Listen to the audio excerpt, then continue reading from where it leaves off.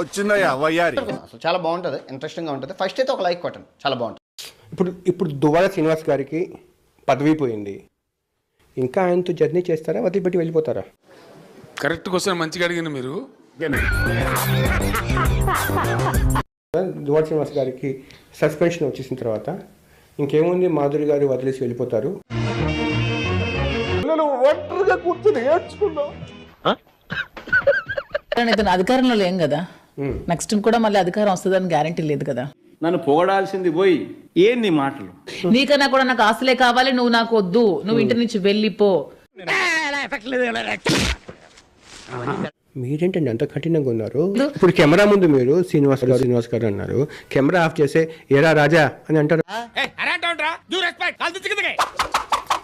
నాకు రాజకీయమే ముఖ్యం, నాకు నువ్వు వద్దు, నీకన్నా కూడా నాకు ఎమ్మెల్యే టికెటే కావాలి, నువ్వు నాకు వద్దు.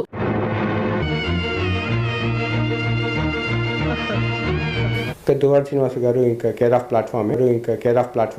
Humans almost gods. స్వామి ధర్మం చే స్వామి.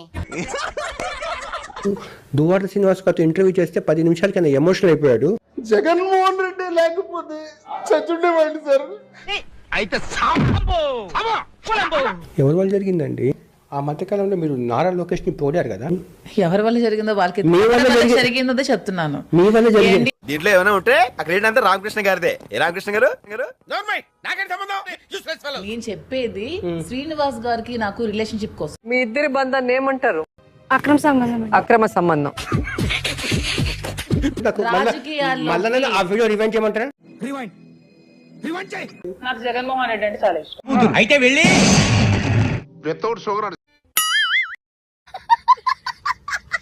శ్రీనివాస్ గారికి తినడానికి కూడా ఫుడ్ పెట్టే వాళ్ళు లేనప్పుడు, ఆకలిగా ఉందమ్మా, అన్నం పెట్టడానికి కూడా ఎవరు లేరు,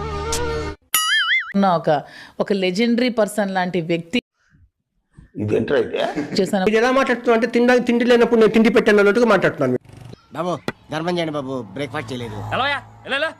అతన్ని వాణి వద్దనుకుని అతన్ని వదిలేసి దూరం అతన్ని వద్దనుకున్నాక నేను దగ్గర అయ్యాను అన్న తర్వాత మా ఇద్దరం ఒకటి అయ్యాము. నాకేం చెప్పొద్దు. ఓ వర్షం కురిసిన రాత్రి పిడుగుపడి పొరపాటు జరిగిపోయింది, అప్పటి నుంచి కంటిన్యూ అయిపోతున్నా అంటావు, అంతేగా? అతనంటే నాకు చాలా గౌరవం.